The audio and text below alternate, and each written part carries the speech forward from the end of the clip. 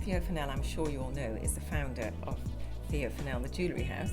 Eponymous jewellery house.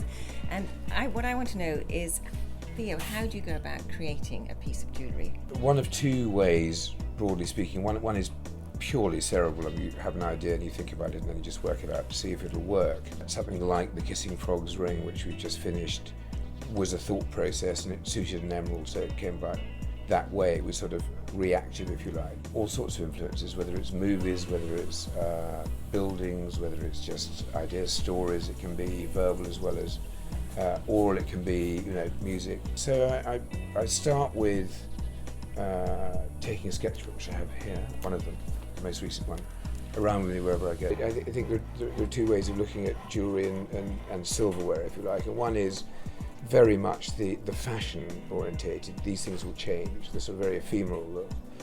But I think there's a real kind of jewellery aficionado who understands what having a piece of jewellery made or choosing a piece of jewellery, where they don't want to choose from 10,000 pieces worldwide, they want to choose from one or three. And you can start having things that are your own, that are Mary's ring, Granny's bracelet, really things that will last for hundreds of years and won't be melted down and just used again. We've had the building for now 15 years, and before that we had workshops literally just up the road. The only way I can work, and I think it's a real thrill, is to have the studios and the workshops here so we can make things sort of, in a way, rather like a repertory company. You're doing everything yourself. So the whole thing becomes very much a team performance, from the first kind of scribblings in here through to the finished piece.